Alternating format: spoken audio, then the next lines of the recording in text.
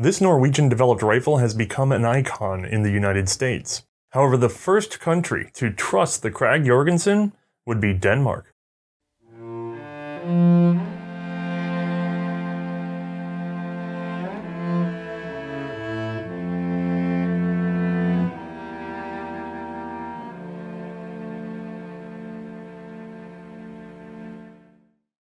Hi, I'm Othais, and this is a rather long rifle, specifically a Danish Gewehr 1889, and arguably 10. But we'll get to that in just a moment. Instead, for right now, let's go ahead and squeeze this long gun into the light box. With an overall length of 52.4 inches and weighing in at 9.4 pounds, this is one of the larger guns even for our series.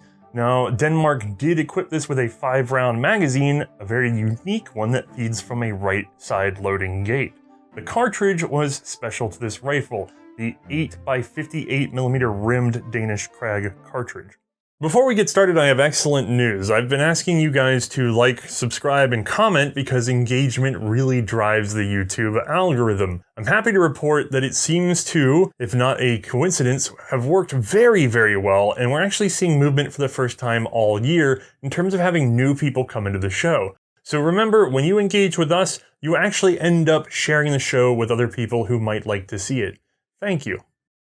I've been pretty excited to do this episode because while we've already covered the US Krag-Jørgensen rifles in a fair amount of detail, I always felt like we could do a lot more to explore this particular rifle's origin, which is best found, of course, in Denmark, who had adopted the Remington rolling block as their centerfire metallic cartridge single-shot rifle, beginning their own domestic production in 1868.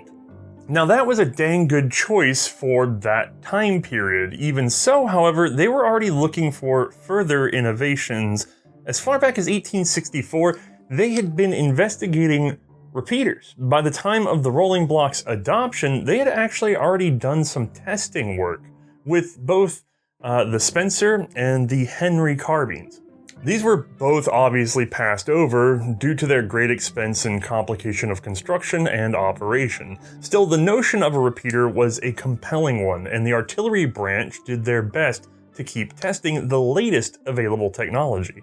In May of 1878, they would publish a series of experiments between the then current rolling block and every possible contemporary single-shot Marshall rifle. The results found that there was no clear superiority in one design versus another outside of, say, strength and wear or the cost of production, those sorts of things.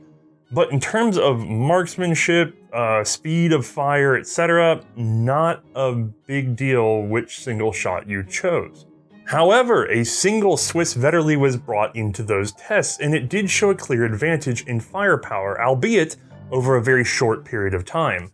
Following those tests, Danish officials also took note of the French, who had just adopted the Kropatschek magazine rifle again in 1878. This sparked another wave of interest in repeaters, and the artillery branch attempted to bring in a half-dozen market leaders, but acquisition dragged on kind of slowly, and so they had to compromise on what they could get. In the end, it boiled down to just 2 guns worthy of real consideration in 1880. The Kropatschek and the Winchester Hotchkiss. By 1883, this was expanded to include the Norwegian Yarman rifle. All of these used tubular magazines, which were vulnerable to chain detonation, at least so the artillery was concerned. More importantly, the Kropatschek and Yarman magazines added awkward weight to the front of the rifle and were vulnerable to damage. The Hotchkiss was better stowed, but had other issues of concern, especially since hollowing out the stock meant possible weakness at the rear of the gun. As an alternative, the Spetälski magazine was also investigated, but found to be far too complicated. The Schulhoff-controlled feed magazine solved a few problems, but not all, and still had some complicated issues. Solving this problem of just where to keep ammunition on the rifle was proving to be a difficulty, but thankfully years before all of this mess, a Danish captain had the occasion to spend some time in Oslo, Norway, or as it was then known, Christiania. He was investigating a crank-operated rifle and happened upon another early magazine rifle which was being developed by 2 Norwegian gunsmiths. An engineer named Peterson, who does not really feature in our story today beyond the fact that he was assisting one man by the name of Ole Herman Johannes Krag. Born in Vaga in April of 1837, son of a parish priest, Ole's family would later take him to Frederikshavn, and then on to Christiania. For higher education, he attended the Royal School of Art and Drawing, where he was trained in drafting. From there, he attended the War College in Christiania, graduating in 1857. From there, Krag was appointed second lieutenant in the 1st Akershus Brigade. This began a career of engineering, which moved from road administration, railway development, cartography, and on into other general construction. Krag also undertook a degree of toolmaking and modification and improvement of leveling instruments, scissor drills, and even some chemistry, like being an early user of nitroglycerin and doing extra work on primer technology. He would be promoted to first lieutenant in 1861 and took on an extra 2 years of education now at the military college. From there, he joined the artillery in March of 1864 and was assigned to the main arsenal in Christiania. In 1866, he would be commissioned as an aspirant inspector at Kongsberg Våpenfabrik, which meant even more education in specifically gunsmithing, as he was required to produce a complete rifle for his examination. He would become a full control officer in 1870, the same year that he was actually married. With his home life and career on track, Ole Krag began experimenting with his own rifle inventions. While his first efforts were minor improvements of the rolling block, he soon started to design his own rifle actions, including an attempt at a magazine repeater. Not like this one, actually. Several of his designs would merit consideration, and one even saw some basic testing by the Norwegian army, but was quickly dismissed. However, in 1871, he would meet one Axel Peterson, who helped him further refine his then-present breech-loading rifle concept. This would eventually develop into the Krag-Peterson rifle, which, while defeated by the Yarman for general adoption, was fielded in small numbers by the Navy. Now, despite not seeing his rifle widely adopted, Krag earned a lot of respect over those years of trialing. He would be paid 2,500 kroner for his efforts. That same year, he made captain. In 1880, Ole Krag became the director of the Kongsberg Våpenfabrik, leaving the Krag-Peterson behind. He would begin to work on a new, unique project, a sort of capsule magazine, which somewhat catches us back up to where we left off with the Danes, who were, I remind you, looking for a repeating rifle with a strong, well-balanced magazine. You see where this is going, right? Guy invents magazine, Danes need a magazine. So none of you should be surprised when I say that in 1884, the Danish Rifle Commission locked its sights firmly on the Lee magazine rifle, an extremely simple bolt-action design with a centrally located single-stack vertical magazine. It was everything that they had dreamed of. You guys thought I was going to say the Krag. No. The Lee was a pretty hot piece of hardware, and it came just in time because in 1885, the Ministry of War had started pushing pretty hard for a new rifle in the next fiscal year. Interestingly, the Rifle Commission stalled. They wanted to be sure that there wasn't something they were overlooking. Being an early adopter isn't always a great idea. For starters, they had to adapt their Lee rifle to fit their new cartridge experiments. Those of you who have watched the show are well aware of Edvard Ruben, a Swiss ballistic expert and one of the fathers of the modern jacketed bullet. Well, the Danes had been watching his work, especially on the nature of small-bore, high-speed projectiles. Ruben, along with one Professor Hebler, had proven out that a smaller diameter bullet moving with additional speed could deal just as much damage as an old big and slow. And yet these little screamers offered flatter shooting, better penetration, and actually a lighter load for the infantryman, not just on the shoulder, but also on his pack. So Ruben's cartridges and even his modified Vetterli rifles were trialed in Denmark. Like so many other countries, they were lukewarm on the guns, but the bullets were working magic. They noticed, however, that the pressure on the action was just too dang high, over 3 times their current rolling block. So the Rifle Commission started developing their own 8mm cartridge, attempting to get as close as possible to the ballistics of the Ruben. The end result was a 15-gram bullet moving at 530 meters per second, powered by compressed black powder. Maximum pressure was only slightly over twice that of the previous large-bore cartridge. Further testing saw this paired with a copper-nickel alloy jacket. Further borrowing from the Swiss, the Rifle Commission adopted Professor Hebler's rounded edge rifling, thanks to its extra longevity, which was further refined by Danish engineers Remington, Madsen, and Rasmussen. Yes, those guys, Madsen and Rasmussen. So with all due caution, the 8mm compressed black powder cartridge was paired with the Lee action with 10 rifles ordered in January of 1886. Because the Ministry of War was so eager to get the new rifles, they opted to authorize production of 500 barrels in the new 8mm cartridge. That way, whatever final action materialized, those barrels would be ready. The commission, however, still wisely urged patience. Hold on. By October of that same year, they were starting to feel pretty good though. They had a modified rifle, and they were finally ready to produce 520 sample rifles for trials. These would be made at the Copenhagen arsenal, which would simultaneously see some expansion. As a compromise with the eager officials who were pushing for new rifles now, funding for these unadopted guns was pushed on back to establish a new rifle factory now under the arsenal. The Aarbøger location would be ready for initial operation in the summer of 1888. Long before that was complete, in the spring of 1887, the new Lee pattern rifles were being field trialed by the 23rd Battalion. These were named Danish Experimental Rifle No. 1 and were paired with a variety of bayonets fitted with magazine cutoffs and without, and were generally beaten on by the infantry until October. Wrapping up the evaluation, several points stood out. The new 8mm cartridge was preferred across the board. It was handy and light, and paired with the improved barrels, it was more precise shooting and longer ranged than the previous big bore. However, the Lee's repeating mechanism, the critical magazine, was prone to failure and breakages. Overall, the rifle was considered unfit for service, as was. Now, we all know another nation faced a certain number of challenges in adapting and eventually adopting the Lee action. But of course, that's a story we've already covered in our British Lee Enfield episodes. So it isn't hard to see that if Denmark had kept at it, they could have wound up with a quality rifle. But this particular trials failure had created an opening for another magazine system, one that had been working its way in from sort of the periphery over the past year. Now it's our guy Krag. Thanks to his friendship with some Danish officers, he had found out about the trials and had sent over drawings of his magazine way back in 1884, and the Danes were curious.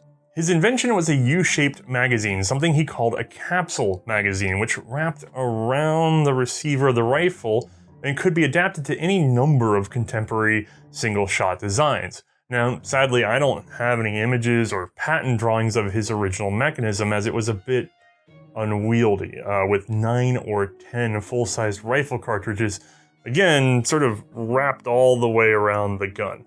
Regardless, it wasn't perfect. The first attempt to produce this device actually resulted in failure because it was just too fragile. So Ole Krag called in a talented friend of his. Krag-Jørgensen, born in May of 1848, son of a farmer, Erik would grow up on a Soldstad farm, completing primary school before traveling to Drammen in 1865, where he apprenticed as a gunsmith under Hans Larsen himself until 1870. Which is when Erik picked up a workman job at Kongsberg Vaabenhistoriske. In 1871, he reported for military service, but was dismissed back to his armory job due to a medical release. Still at Kongsberg, he became a full-fledged military gunsmith and still managed to run a small personal smithing business on the side. It was during his time at Kongsberg that he met Ole Krag and began doing paid work on various rifle and magazine concepts.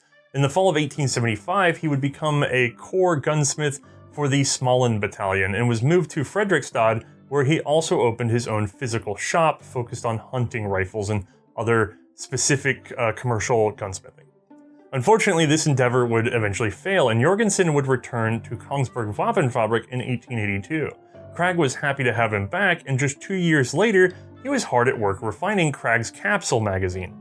By early 1886, Krag and Jørgensen had settled on what they felt was an acceptable design. They paired it with a rifle that was readily available to them at the Vaabenhistoriske, a Jarmen, which was a large-bore black powder rifle that actually had its own tubular magazine already. This was, of course, the gun that had beat the Krag Petersen out for adoption in Norway.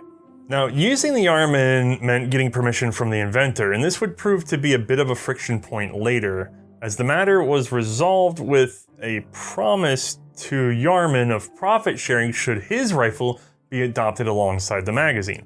Krag-Jørgensen would travel to Denmark in the summer of 1886 in order to work directly with the Danish Rifle Commission, receiving their opinions on the prototype.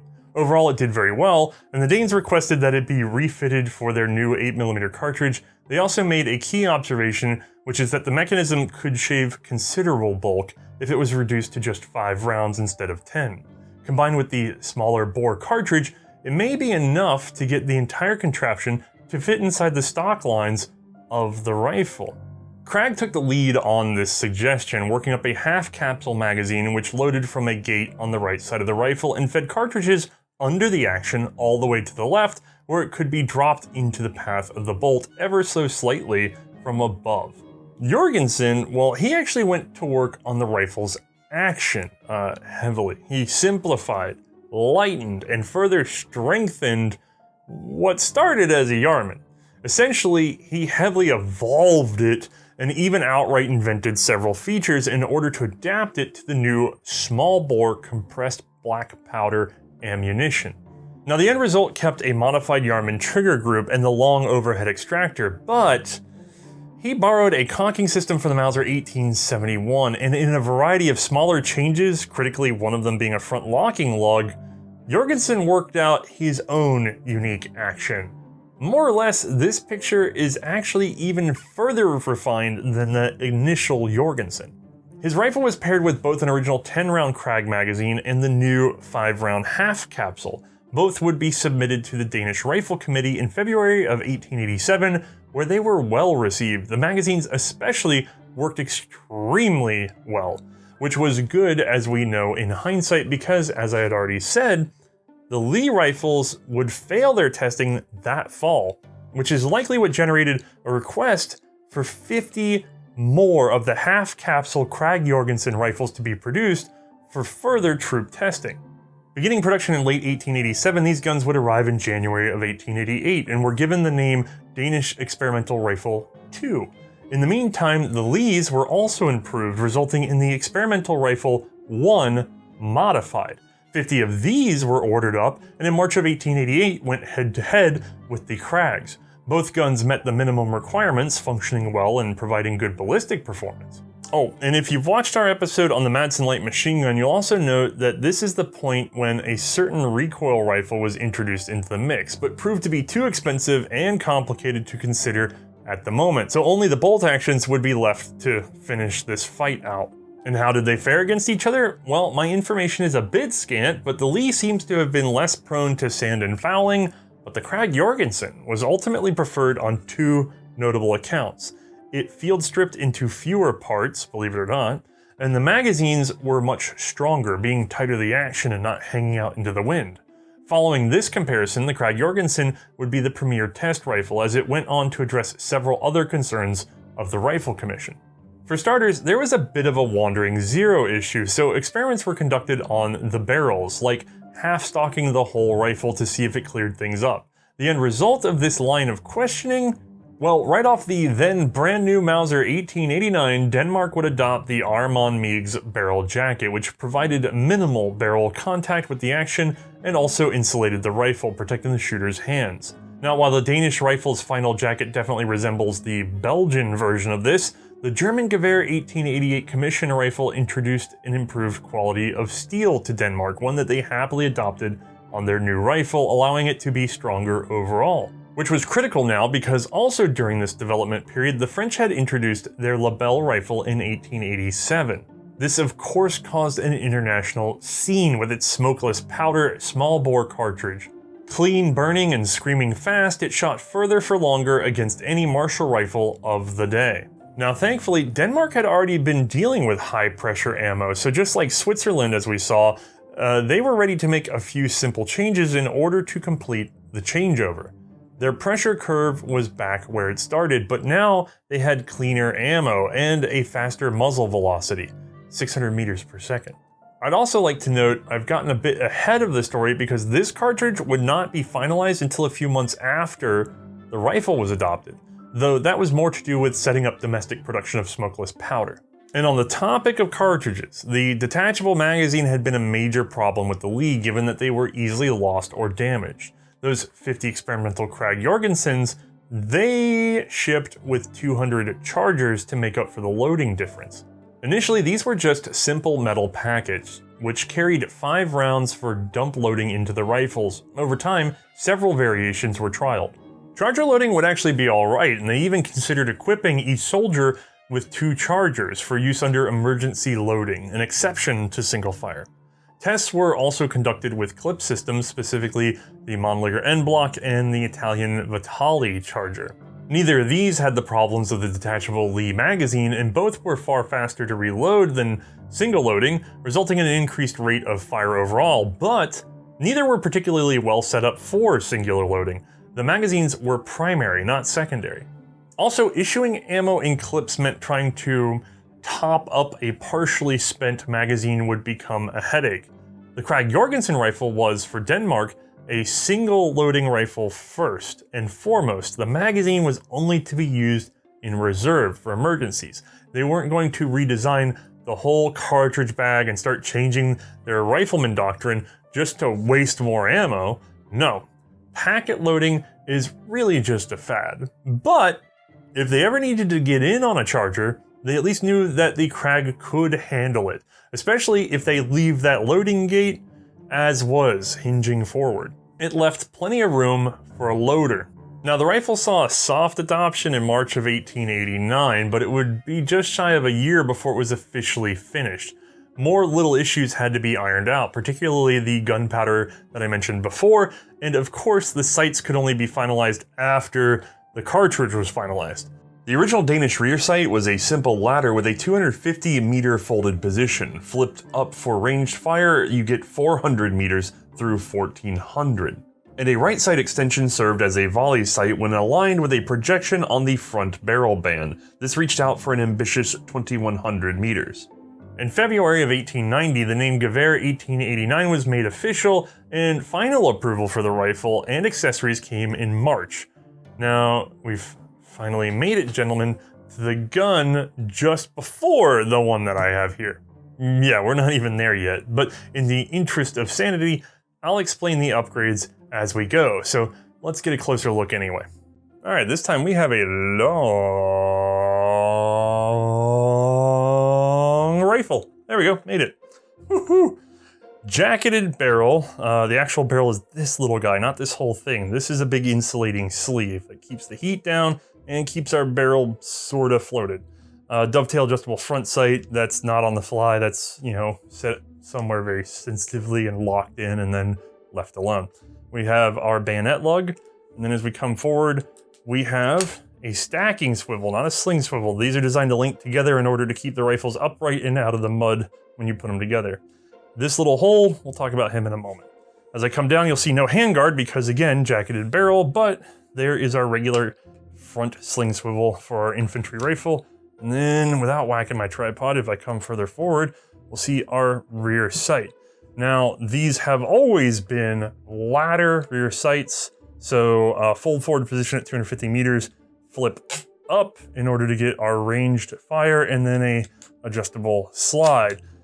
However, this is an updated rear sight for the Spitzer cartridge. In 1908, Denmark would be right on time with an improved Spitzer cartridge. Faster flying, flatter shooting. This was an excellent upgrade. It did, however, necessitate changing out the rear sight, and by this point they had decided to drop that volley option. There would also be some minor magazine dimensional changes, so let's get back to looking at this gun. Continuing to work down the rifle, we're going to skip all this for just a second. Come on down to the rear where we have a straight wristed stock rear sling swivel, unit marking, I'm not going to go into details about all of those, and then a steel butt plate. Fairly standard for the time period, so let's go on back to that middle. Now, I know the defining feature of the Krag-Jørgensen is right here. Let's hold off for just a moment because what I want to talk to you guys about is this unique bolt. It's actually dead simple. Ooh. And it features, at this point in time, a half-cock safety. So let me see if I can get that where you can see it. There are 2 notches on here. That means that ignore this guy for a second, as originally released, you would bolt forward, okay, let's say live round, you would hook this with your finger, pull the trigger, and then ease it forward and stop. All right, now we're in our half-cocked position. I can pull the trigger, nothing's gonna happen, won't release. I can, however, recock it by grabbing this and pulling back, or it does not lock the action. I can just work the bolt and recock the gun that way, as this is a cock on open bolt. This half-cock safety, however, would be replaced by an actual safety in 1910. So from 1910 on, new rifles were set up for both the new safety and the Spitzer cartridge, as guns were sent in for repair, or as enough new guns were available to withdraw a lot. The entire army inventory underwent the upgrade. This makes unupgraded Danish rifles almost entirely extinct. So every 1889 you see is probably actually an 89/10. Okay, more gun. Now, continuing on the bolt, one of the things that the Danes really liked about this is that it came out as one unit very easily. So let's try that. I'm gonna pull this very smooth bolt out, and then I'm going to lift up on the extractor, and this is terrifying, but just rotate that over off to the left, and look, we are free. Our locking lug clears right in that gap, and then out we go. Having cleared a little extra space and zoomed on in, I can show you a little bit more detail on this bolt, because I suspect most people don't pay a lot of attention to it because they're so eager to see the Krag magazine. But actually there's a lot going on here despite how few parts are involved. I'd like to show you how to take this thing apart. So all the attention is going to be on this cocking piece right here. Right now it's in a little dimple for its out of battery position. That's going to be when it's out of the bolt, or when it's out of lock all the way back, and you don't want the cocking piece rotating and therefore turning out of the path of everything and tying the gun up. Looks like it works fairly well. Now we're gonna go ahead and put it into our decocked position, as if the bolt had been locked and there's no sear to catch this, so therefore it goes forward. In order to do that, I'm gonna nudge this back a bit and let it fall into that groove right there as I rotate the bolt body. Just a little push. Oops. I'm trying to not grab the extractor overhead because that actually is in the way of this procedure. There we go. I'm gonna turn and release it down. And there we go. Now, at this point, it's looser, but we still haven't disassembled the bolt. Also, by the way, again, seeing that it's the fired position, you can see our little tip of our firing pin there. All right, how do we keep going? Well, I'm gonna have to push this a little bit further past full cock until it clears this bolt handle root, rotate it over, and then that's when everything frees. So let me just go ahead and try that out. Pull, rotate, and then punk. So what's happened is, on the other side, this surface has let go of this surface, and therefore we're free to pull it apart. That's fairly simple despite how much I over-explained it. Let me move our bolt body out of the way and look at the internals for a second, because we're gonna go even deeper. At the front of this thing, you see our firing pin is a separate component, and it's actually held in by sort of an eye-shaped cross piece that's then attached directly to the cocking piece. So I'm going to push and push that down. So what I did is I pushed in and a little bit downwards until it freed, and I'm good to go. I'm gonna pull this spring, and that's about as far as I want to go. I could obviously, oh, I'm sorry. There we go. That's as far as I want to go. I could take a screwdriver to this. I don't really see a reason to, but let's review. Cocking piece with its attached rod that connects up to the separate firing pin, making it much more replaceable, and of course our main spring in there. And then this is a tiny cocking shroud that has an overhead extractor, massive springy extractor. And actually an interesting thing about this that most people don't notice right away is that there's actually a slight camming surface right here that, as this goes into the gun, there's a shaped lug that pushes the extractor down firmly onto the rim of the case, making sure that it does not lose control of it. Now, normally I'm not a reassembly guy, but I want to show you something pretty cool. So let's get this together. I'm gonna put this guy back on, keep it at that angle, and then pop it up. That's not too bad, right? And then we'll bring back our bolt body. We'll align the opening on this side, see how smooth, with this lug here. So there we go, we're free and clear. And now what I'm gonna have to do is I'm going to have to again compress this system. We're gonna try to drive this cocking shroud down to the root of the bolt. And this is something that most people don't notice, but there's a tiny detail on here. It's obvious why we have these serrations for being able to recock the cocking piece. That's something the shooter would do. But these serrations here appear to be there specifically for reassembly of the gun, because what it allows you to do, and normally you would just use a hard surface, but I'm trying to show you on camera, so I'm gonna have to hold this thing and kind of flex a little, but I can put my thumb and forefinger on those grooves and push forward and rotate until this guy drops in where he's supposed to be. Oh, there we go. And there we have it. So now I can recock and take her out to the, again, the extractor is always the enemy on this. It just sort of gets in your way a little bit, but it's not terrible. I get full cock, and at this point, we're ready to go back in the receiver. You know, a little bit of play here in the extractor, but you get the idea. Now, before I go, I want to make sure I point out that this has two locking surfaces. The front locking lug here, which locks right there, and then we have a guide lug. Now what this is doing is this goes in between those two halves of the receiver and keep this from, you know, wobbling all over the place like a Carcano. And then once we turn this down into lock, as a matter of fact, I can simulate that here one more time by decocking. There we go, we're decocked. So if we're in the locked position, this lug and this guy right here, see him? He's gonna be locking as well. And unlike the US Krags, on the Danish Krags, both of these surfaces are in full engagement during firing. In the US, in order to speed things up, this little bit, well, the tolerances were walked right out of it, and it wasn't doing any good. Also, as a reserve, the rear, this thick portion of the bolt handle, that serves as a locking surface as well. And you may notice while we're in this position, it's actually a steep rake away. This is not a 90-degree bolt handle. It comes back to move it away from the mag, back over the trigger, and then that gives us the room to work the magazine, which I guess is a good time to talk about that. So let me get the bolt out of the way and come over here and take a look. Yeah, Krag-Jørgensens are unique for this side opening door. Now in this case on the Danish Krag, unlike all the others, it opens forward. Now the expectation there is that they were going to have a charger loading system that was never actually formally adopted. The rest of the Krag family, the ones in the US and Norway, would fold downwards so that you could just dump load them, and that honestly does feel a little bit better when you're working without a loading device. Now, in all Krags, you have what is essentially a Mauser 89 style, maybe Mosin-Nagant style, spring and follower arm and tilting follower assembly, but unlike those guns, this one's set horizontally and it's set inside this door. So let me get where you could see that. That's our follower tilting around in there. And as I close the door, see him start to swing ahead? Well, there's good reason for that. He's got a flat spring powering him around a little camming surface. We'll see it in better detail in our animation.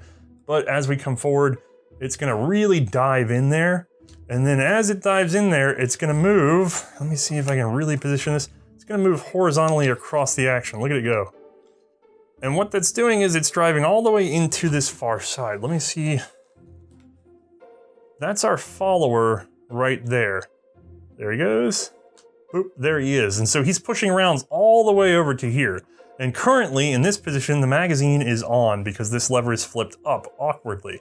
That's because these guns were designed to be single shots first and foremost. You can tell when you look at that beautiful polished surface for dropping a cartridge in right in front of the bolt and feeding it on forward.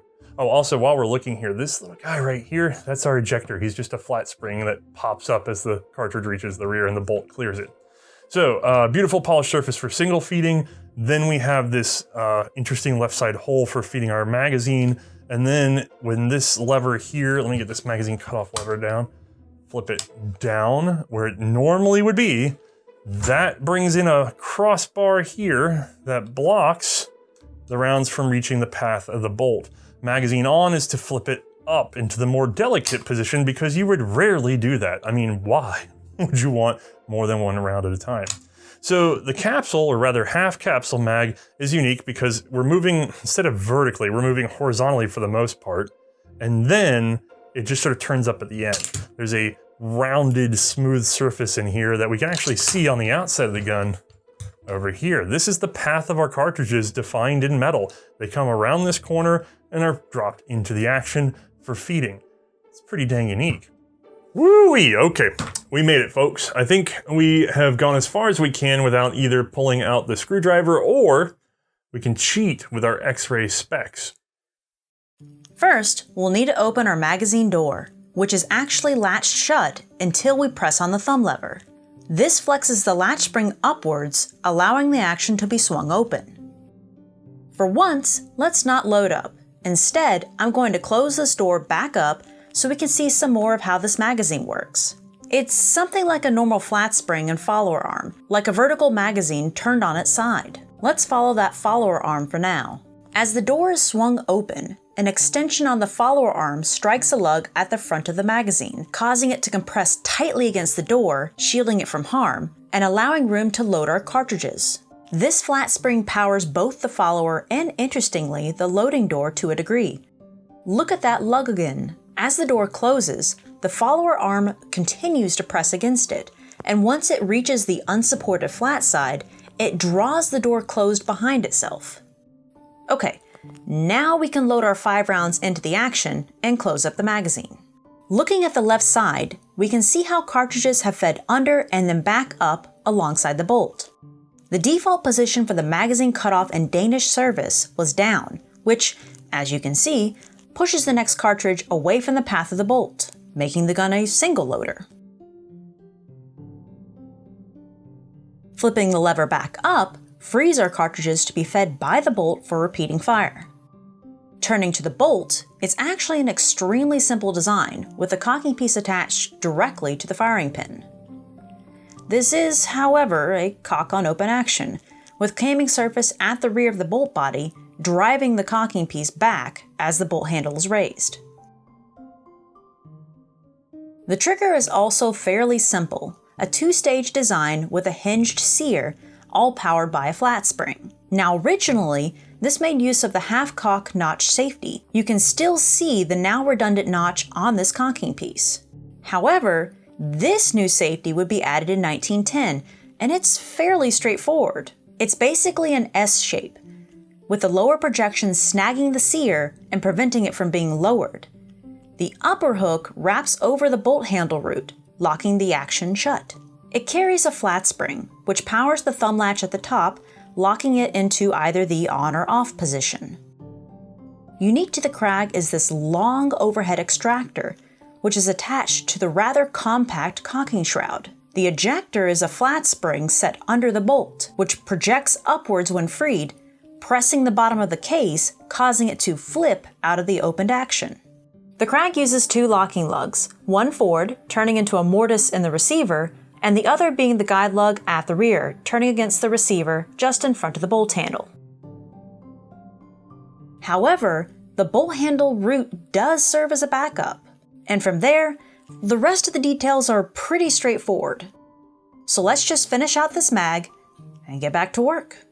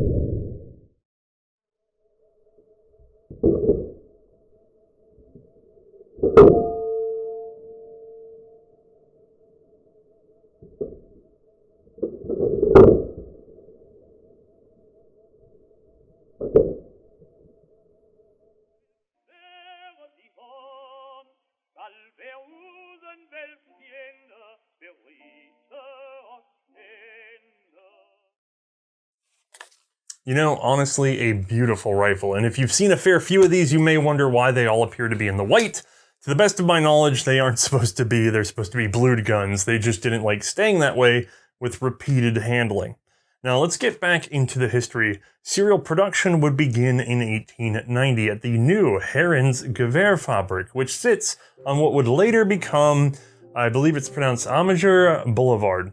Manufacture was almost entirely domestic, with just a single batch of initial rifle parts being ordered from abroad. By August of 1890, the first 1,000 off the line were available for testing and final approval. There were no significant errors and no further design changes. However, even by this time, they had not approved the final bayonet design. This only followed in October of 1892. While more traditional designs had been trialed, Denmark ultimately opted for a very modern, short, knife-style bayonet. This sported a 9-inch blade and was fitted under the barrel jacket without a muzzle ring. This kept the bayonet's effect on rifle 0 to an absolute minimum, again, a very advanced decision. These were made with leather grip sections until roughly 1893, then changed over to wood for the rest of production. The first batch were outsourced to Alex Koppel in Solingen, and the rest would be made at home. Like we've seen with a number of European powers, Denmark would expand their military just after the turn of the century. The most notable event being the Army Act of 1909, which grew the army and especially established what would be the conscription standards into World War I. Fortifications were strengthened, artillery expanded, and spending on the whole was increased. Particular to us, the infantry was expanded to 52 battalions, and that meant more rifles. And I should also remind you that it was about this same time that the Spitzer cartridge I mentioned earlier was adopted, along with the modified rear sight and improved safety. And I forgot to point this out, but they also picked up a new pattern of rifling, now sharp-edged. All these new features were rolled into the 1910 rifles and start at serial number 66,000. It's also worth noting that at this same time, production markings changed from the rifle factory of Copenhagen to the Army Arsenal, and to my limited knowledge, these markings both represent the same factory, just a different name. The upgrades to old guns were largely complete before World War I. By 1914, they had managed some 79,083 Gewehr 1889. Unfortunately, it was estimated that they would need up to 85,000. The average price for a rifle and bayonet, 50 Danish kroner. As we'll see next time, the biggest pinch was in a nearly complete lack of carbines, but I think we're pushing the clock for today. So I'm going to talk about this rifle's service history and its shorter brethren in our next episode. For now, let's revisit our inventors. Krag-Jørgensen received and evenly split a 30,000 kroner payment. They would use this to recoup costs and to invest further in their rifles, as we will see in a later episode. Lee would receive 200 British pounds for his role in the experiments, which I guess is pretty good for second place. Now, interestingly, SIG, representatives of Edard Rubin in Switzerland, demanded payment for his contributions to the Danish cartridge. The matter would be settled for 10,000 francs. Professor Hebler was also paid 5,000 francs for his role. Okay, so I think that's a good stopping point, and I can promise just as much or even more excitement next time. But for now, let's talk to Mae and get her feelings on shooting the Danish 1889. Alright gang, once more we've made room for Mae, and we have just enough clearance for another early smokeless rifle that puts... Just enough. Yeah, these guys get to be really big. This one's 52 and some change, which is kind of a monster even for us. Yep, not our favorite once it gets to be up there, but we'll get into it a bit, won't we? Yeah, and now we're also in another one of those... I actually like this period. It's a very narrow period, but it's one in which we see the Kropatschek, we see the Lebel emerge as the first true smokeless. Yep, in although 87. The Lebel is kind of weird. 86, then used in 87. Yeah, Model 86 revealed in 87. And then the interesting thing about the Lebel is how fast they were on it. And so the Lebel doesn't give us a good taste of sort of what the most advanced thinking of that period was. This gun does, though. And we've talked about Krags before. We did the U.S. Krags on an episode, so if you'd like to see all that opinion, that's all there too. But we're out of order in a sense because we've gone backwards in time. The U.S. would adopt this, several years later. This is the 1889. So essentially, we're getting like its predecessor, basically. Yeah. So this is very much the first generation of the Krag-Jørgensen. I do like Gen 1s. Yeah, I like to try them out. Maybe, because being an early adopter can be pretty tricky. And so what we're going to see on this gun is a more pure understanding of what Krag and Jørgensen brought to the table before being refined by other militaries looking at it. So we're looking at unrefined elements here is what you're saying. It's them plus the Danish opinion and not really anybody else at this point. It's only after this that it goes to America where American opinions get laid onto it and Norwegian opinions get laid onto it. I mean, Krag and Jørgensen being Norwegian, but military opinions. So this is the unrefined Krag. Oh, a diamond in the rough then, okay. So, well, maybe. I mean, it might just be all rough. So you're the shooter. Give us your opinions on how it feels handling this thing. All right, so let's get knee deep into this excavation here. That length of over 52 inches, yeah, you definitely do feel that on range. And unfortunately, it's not just the weight that you got to worry about with this guy, it's the balance point because, man, is she muzzle heavy, especially with his jacketed barrel. I mean, you definitely feel all of that weight pushing the gun forward and tipping it over in your hand, unfortunately. Yeah, it's pulling it away from your shoulder. It's disturbing your aim. Yep. By the way, rested, it probably feels okay, but we don't really shoot rested in our show. Right, we tend to shoot with standing. And then I don't even have a semi-pistol grip in here to kind of really pull it and hold it deep into my shoulder, unfortunately. I'm still stuck with the straight wrist on this guy. You know, in this case, it might be very intentional, though, because the Danes really thought of this as a single loader. Right, and that is kind of something we see with single-loaded shooting. Yeah, we get a lot of we get a lot of guff for not necessarily putting you into tactical positions on the show. I'm like the most tactical. I want to remind everybody, we're just demo shooting. You know what I mean? We want to show you the gun, and to show you the gun, it's best to get it up and get it moving, get it low where a camera can see it, also where we can see the ammo, because we definitely see ammunition failures. And then actually, it's something I don't know if we really have mentioned too much or too often before. Usually, me handling it on range for the camera shoot, that's usually the first time I personally handle it. You're usually the one who test shoots it or our ammo guy. So that's usually my first time even experiencing the rifle itself. We use it in the most exhaustive way possible to get the worst feel of it. Now, there's other shooters that do a much better job of getting in there and doing, you know, they hand load ammo that's going to be far better to the rifle than just the stuff we managed to cobble together. Right. Ours is not going to blow the guns up, but and our ammo loader does take the extensive time to research and get things as perfect as possible. Right, but those of you who hand load know, if you want to get the tightest grouping possible at 200 yards or above on guns like these, you have to try multiple loads and walk it in and out, and it's going to depend on the wear that's on that, but you get the idea. Right. Our demos are not what you would consider repeatable experiments. They're just demos. But in this one case, because now I've done my excusing, in this one case, we've actually done the perfect demo because the Danes considered this to be a single loader first and foremost, which means their sort of manual of arms is going to be let it down, throw one in, bolt it forward, pick it back up, which is that's going to be in favor of a straight wrist. It's going to be in favor of a straight bolt handle and things like that.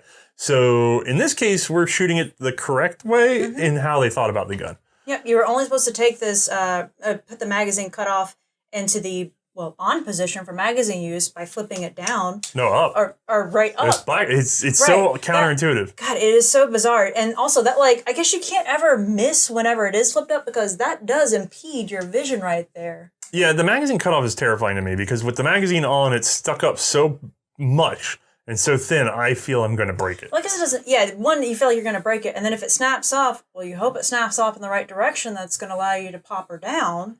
And then on top of that, it's not impeding your vision, but dang, if it isn't in your sight picture it's right just there. Weird. Yeah. And everybody always wants to put it down and then wonders why the gun doesn't feed. Yeah. And by the way, it's the other way for all the other Krags I know of. Yeah. At least you can tell when you look into. It at least it shows right there. It's very visible on this one. I think it has something to do with the rim cartridges, but you see it much better than you see in, say, the U.S. or maybe a Norwegian. Right. But we're getting so far into the weeds already.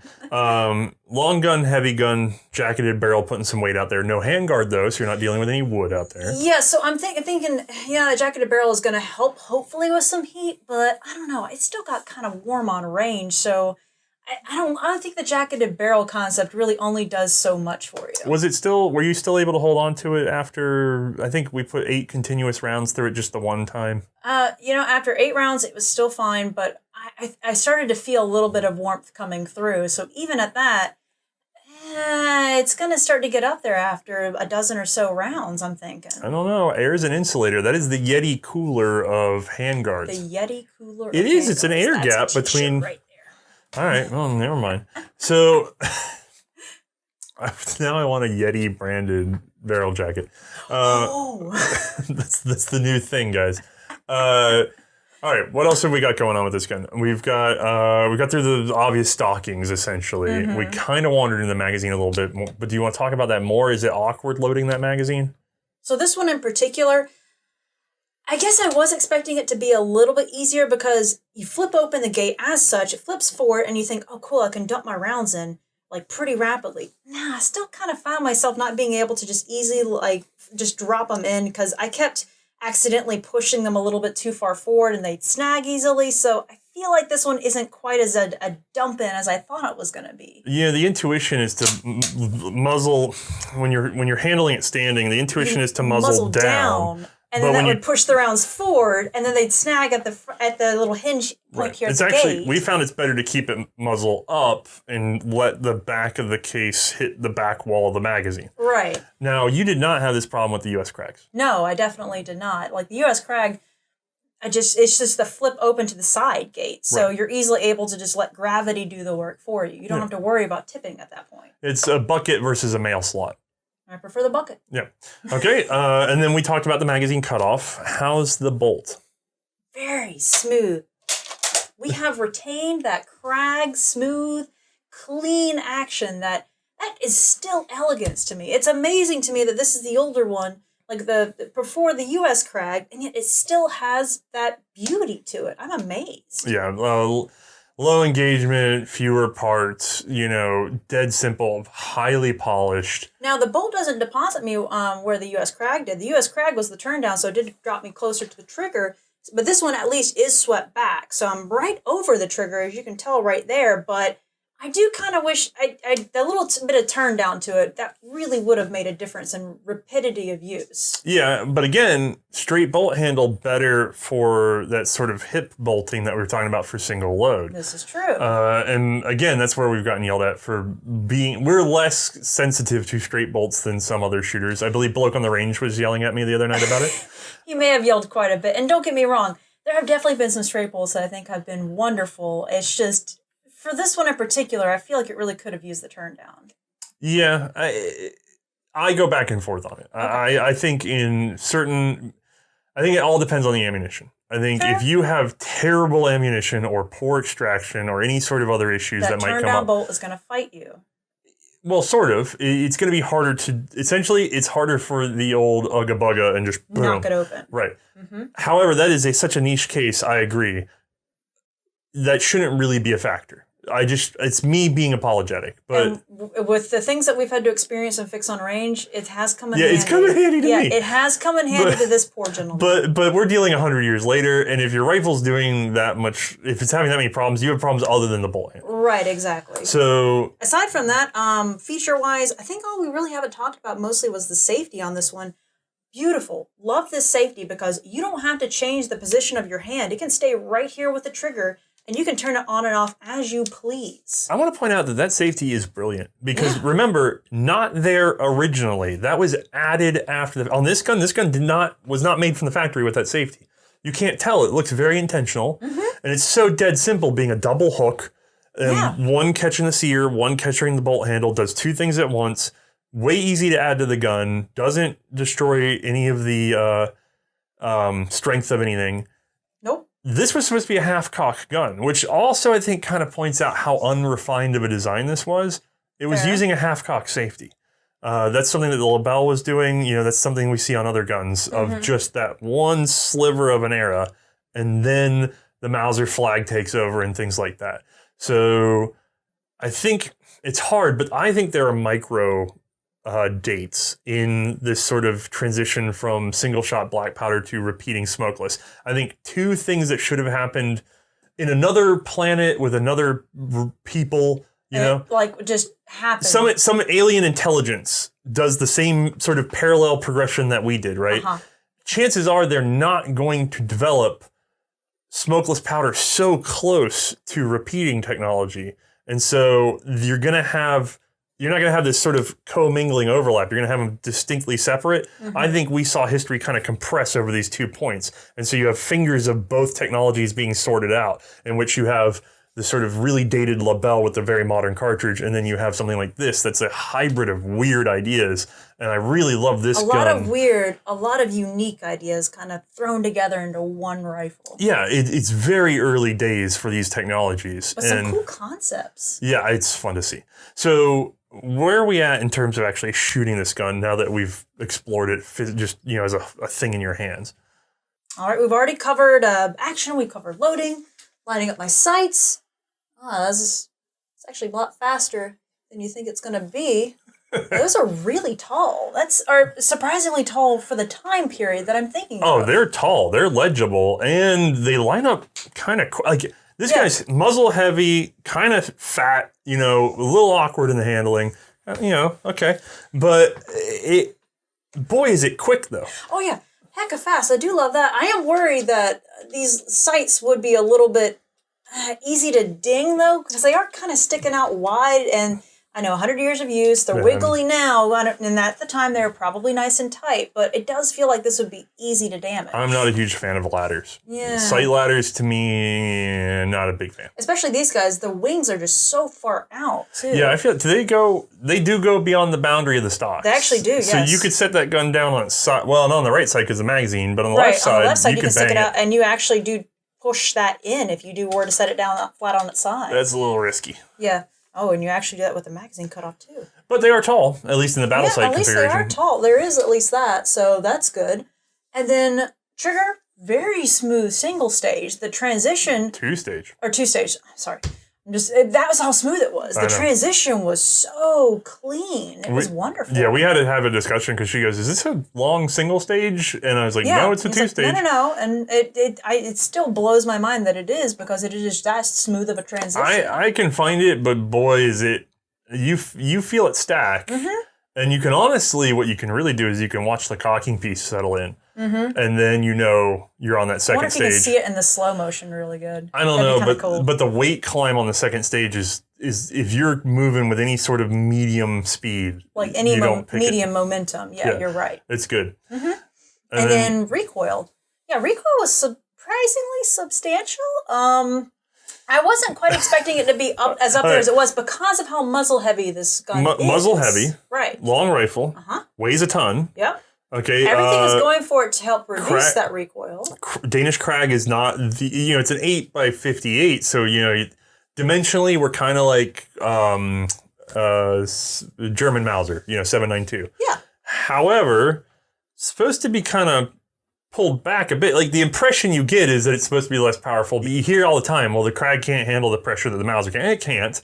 So you think, okay, well, these loads are lighter. It's not going to... Again, ticking all the boxes for what should be a lighter recoiling gun. Wasn't. And I felt the surprise of it. So that was interesting. It's not unmanageable, but there is more to it than what you expect from the rifle. Yeah, I would put it somewhere between the Gewehr 88 and like above a Gewehr 88 recoil, but below a Lebel 1886. Yes, it is definitely below the Lebel. Yeah. It's not like substantially, but there is a middle ground there. This one does fit in there. You're right. Well, I guess it kind of puts us into a position where we need to talk about this versus the U.S. Krag before we go any further. We have talked about it a little bit, but yeah. And then we've got another Krag that I'm honestly going to be talking about very soon that I consider to be a very refined version of the Krag. But we've already done the U.S. episode. So U.S. Krag, no barrel jacket. Right. Turn down bolt handle. Side opening gate instead of front opening gate. Flag safety instead of this nice side safety. Right. Actually, interestingly, well, I'll let you. And then I believe, so here's the hard part. U.S. Krag rear sights, like they tried, ladder, but the ladder buffington, but then they got the blades tangent. front sight. Well, they had blades, they had corn. Well, it depended. It just depended on when you got your Krag. We can't really compare the sights because the U.S. Krag has sort of the most... I mean, I distinctly remember liking the one that we had, but then it's like, oh, that was just one of many options. It starts with a ladder like this, then we get into a tangent. For those of you who didn't see the episode, it's the U.S. Krag starts with a ladder, goes to a tangent. They just went to the grocery store and just got everything and put it in the cart. And it's like, hold on. Yeah, there's some behind-the-scenes arguments going on, and you can tell because of the changes in the rifle sights. Yeah. So we'll leave that alone. But how does this feel compared to the U.S. Krag? Well, we did already mention I kind of prefer the bucket-style dump to this, I guess, underneath, like, weird throw-in catch almost. Right. That was easier, faster, I thought. No barrel jacket meant weight balance on that one was substantially better, plus the gun didn't weigh quite as much. I believe it's a shorter gun, too. Yes, that on top of it. So I thought I handled that one better as a result. Mm-hmm. That one also had a full handguard that covered the chamber area of... It did, you are right. So I could actually still grip it wherever, never really having to worry about it. Mm-hmm. So that's really nice. And then it did have the flag safety versus this nice side safety. And I don't know, the flag safety, don't get me wrong, it may be more refined. It's not. Is it not? Well, no, this one came later. This came in 1910, although it was just sort of added on. Cool. Yeah. So... I know where you're going with this. This one just doesn't require me to take my hand out of position in order to operate it. So if I'm in a hurry, I'm going to be able to pop this off whenever. Yeah, I prefer this over the Mauser flag safety as well. It blocks the sear, all the same, and then it holds the action shut. So it does the same operations in a better position in my mind. Now, it is a little more complicated, but... it would depend on what kind of time it takes to cut that cocking piece to have the safety in it anyway. So I don't know how to make that comparison.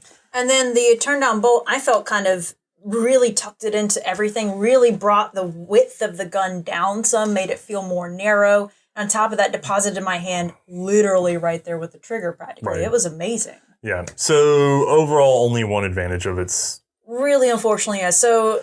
You are correct in that this feels like an unrefined version of that, effectively. It almost... I know they weren't in a hurry with this. Well, they were. They were artificially being pushed from one political side, right? Mm-hmm. So maybe they should have had a little bit more time with it. But I think what they really needed was the outside perspective of some other country handling it. And they didn't get that in time for their own adoption. That came... Only after Denmark became interested in this gun and adopted it did other countries start really paying attention to it, at which point they made the improvements that Denmark did not. Which, even that being said, this is still pretty remarkable. Oh, yeah. It still came out tremendously better than what I was expecting. If you explore it conceptually, if you say, hey, man, I'm going to make a rifle magazine that's like a horseshoe, you only want 5 rounds? I'll cut it in half. And you know what? I'll make a door on the side so that you can keep loading it even while one's in the chamber. I love the idea of them being like, it's going to be like a door. Yeah, it's going to operate on a hinge. Name another gun that you can think of that's like been a reliable, successful design that has a door on it. A door. This is a weird design. Yeah.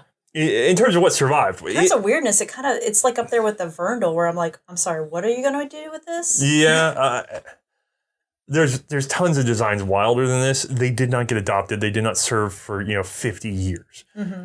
This did, mm-hmm. and by the way, in 3 countries. Yeah, did this make it to the Second World War? Yes, that was their primary rifle all the way through. Although that has a lot to do with finances more than. That's true. But yes, well, it still made it. Now we got to get into the final thing. This was not in the Great War, but we have a Great War bias. Mm-hmm. How comfortable are you taking that into the Great War? So, here's the thing. It had great performance on range for me in that it was very smooth. The cartridge is decent. And there's other features on it that I find really neat and cool concepts that I think really could go the distance someday. I'm not really super excited about having to tote this guy around because of this heavy barrel jacket. That balance is going to be awkward. If I'm having to shoot this over long periods of time, it's going to be rough on me. But I do find it reliable. It's kind of like with somewhere near the Gewehr 88, like the original, not the 8805. So if anything, I'm probably going to give it the softest of yeses. Like, we're talking softer than baby bottom soft right here, guys. So it just barely tips over, but boy, I'm not going to be super excited to take it. It's reliable enough that I could give it a soft little kiss of yes. I might give it a no. So you give it a not baby bottom soft enough kiss. I might give it a no. Because okay, so I have a problem. Here's I have two big problems with this gun. Okay. Well, flippy flop problems. Okay. Flippy flop. Obviously weight handling, blah blah blah. Right. Okay. I don't like how slow it is to load. The folding the gate forward means that when I go to dump rounds, there's a high chance of having them bump out or whatever, especially if I'm getting into it and stuff's blowing up around me. I don't want fiddly. I want repeatable action and from any angle. You know what I mean? So you compare it to the Gewehr 88, Gewehr 88 and block clip, I'm good. Yeah, it's true. And I guess there is one other point of concern potentially is that there's a small gap right here at the top of the bolt that... Oh, you can see right into the log raceway. Yeah, literally can see. So it's like, ooh... What if mud and stuff gets up in there? That gun is locked and I can see the locking lug. Yeah. Again, soft is delicate. Yes. That might actually make it run better. What? Having it that exposed, it might actually let it just kick the mud right back out. It might. There is a possibility. Like, you think about it this way. If you had gunk in your locking lug raceway on this gun, you can stick your pinky finger in there and just do this and it comes right out. You don't have to go in there and find it with a pick. You search in there with your pinky? Yeah. So... Anyway, sorry. The other way, I said two things. The second thing is a positive, which is that this was out of the neutral countries, very early adopter of Spitzer. So true. It's interesting, but the 8mm Danish rimmed cartridge, nobody thinks of it as being all that exceptional. But at the same time, it is given pretty good ballistic performance. Right in 1910, they started switching over to that thing. And so you're getting a hardy Spitzer smokeless cartridge. It's not the strongest one, but also we've decided on this show that you don't need to have a full-powered rifle cartridge anyway. Right. But it's a nice flat shooter. That's where I'm like on the fence, where it's like I think I'm barely on the side of the yes. I don't know. I get worried. I've got a toe through the fence line. I might be towed on the other side. Okay. But regardless, beautiful rifle. Oh, yeah. Completely unique. Definitely, it's funny, for Denmark, I guess it didn't matter, right? Like, Denmark didn't need it to be... Yeah, it didn't have to go through the war specifically. Great War. But by World War II, it wasn't a factor. You know what I mean? They needed a rifle that shot straight. Well, it's a rifle that shoots straight. All their problems had to do with bigger equipment. So, really, it didn't hurt Denmark either way. And yet... it gave us the opportunity to see something truly unique. Oh, yeah. And so as much as I wouldn't necessarily want to fight with one, I'm very happy to have this one here because, again, we get to see a very narrow point in firearms history. And the development of the Krags. Yeah. And by the way, this is not the final Danish Krag. We're going to see how this was used in the war a little bit more. I know we kind of briefly mentioned it here, but we're going to talk about its actual use.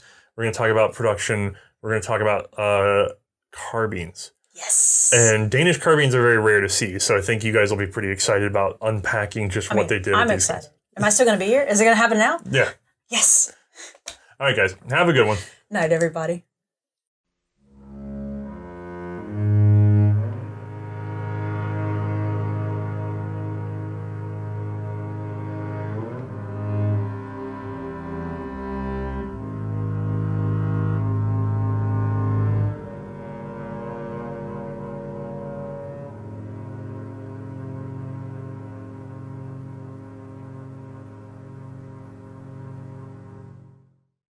For today's episode, I'd like to especially thank Bjørn Nielsen, who is the only man I've been able to find who has gone into detail on Danish development of the Krag. He also personally directed me to his published article on the topic, which as always is listed in the comments on this video. Do not forget we still have a limited supply of Lee Enfield themed patches at the C&Rsenal.com shop, and I'm hoping to roll out a pair of t-shirts before the end of this year, so keep an eye out. Our usual fundraising campaign not quite possible given the current supply issues. Again, if you've enjoyed this in-depth style of arms history, please consider helping the project at Patreon or Subscribestar. We're almost entirely funded by these supporters, and so we thank those of you who have already signed up. Alright guys, thanks for tuning in.